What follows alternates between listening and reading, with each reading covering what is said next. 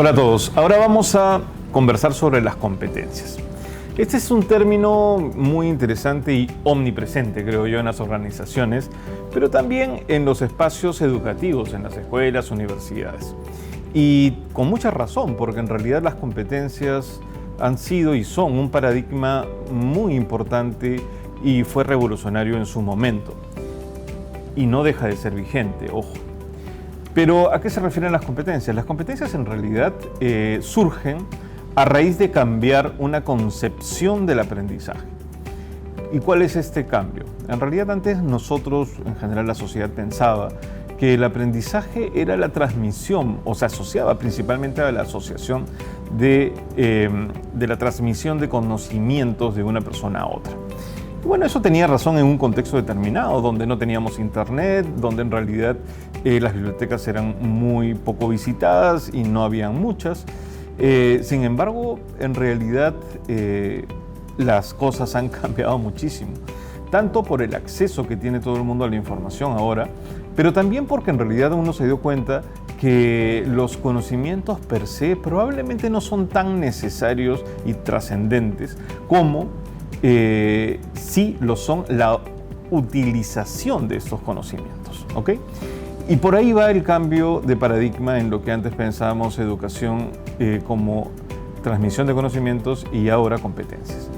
Las competencias se centran más bien en las habilidades, ¿ok?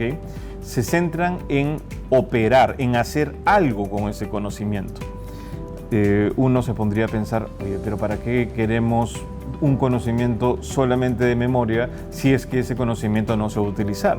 Y esa intuición es muy cierta y muy importante, ¿no? Por eso es que emerge este nuevo paradigma llamado competencias. Las competencias en realidad se componen por tres elementos muy sencillos y que van a interactuar entre ellos. Los conocimientos, porque el hecho de haber cambiado de paradigma no implica que desdeñemos a los conocimientos. Los conocimientos son muy importantes, primer elemento, pero son importantes en la medida que se van a utilizar, que se va a hacer algo con ellos. Y ese es el segundo elemento, la habilidad, ¿ok? O en inglés skill, y lo digo porque en el mundo de las organizaciones y el aprendizaje se está utilizando mucho el término skill, lo vamos a ver más adelante también. Y el tercer elemento es la actitud, ¿ok? ¿Y qué es la actitud? La actitud termina siendo, para la teoría de las competencias, un elemento más afectivo, ¿ya? Un elemento que tiene que ver con la forma en que nos desempeñamos o hacemos las cosas, es decir, con la que aplicamos las habilidades de la competencia. A ver, un ejemplo organizacional puede ser la gestión de proyectos, ¿ok? Una persona que sea gestora de proyectos, ¿qué conocimientos tiene que tener?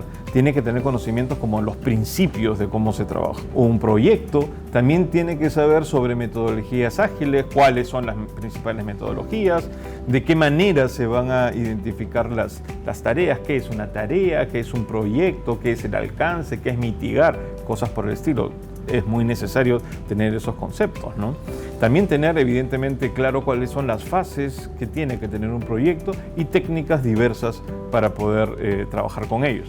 Pero la verdad es que leer un libro sobre proyectos no necesariamente nos va a hacer buenos gestores de proyectos, justamente porque estamos hablando solamente de conocimientos. ¿Qué habilidades debería tener? Y aquí se darán cuenta lo importante del concepto de la habilidad dentro de la competencia. Este gestor de proyectos tiene que gestionar recursos, ¿no? Tiene que crear cronogramas y mantenerlos. Eso ya es habilidad, o sea, es aplicar estos conocimientos a una acción determinada. Tiene que resolver conflictos entre las partes de un proyecto, entre los stakeholders y las personas del proyecto, en fin, como que también tiene que priorizar y repriorizar siempre las actividades.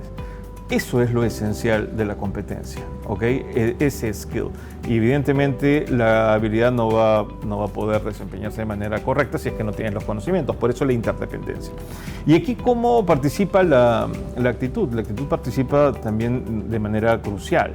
Y es, por ejemplo, el gestor de proyectos tiene que ser una persona con apertura, tiene que ser una persona que escucha, tiene que ser una persona que sea proactiva, que mantenga la calma, que pueda guiar a las personas, ¿no? Imagínense un gestor de proyectos que no tenga estas actitudes, que no tenga estas cualidades, ¿no? Que sea muy ansioso o que sea muy desordenado.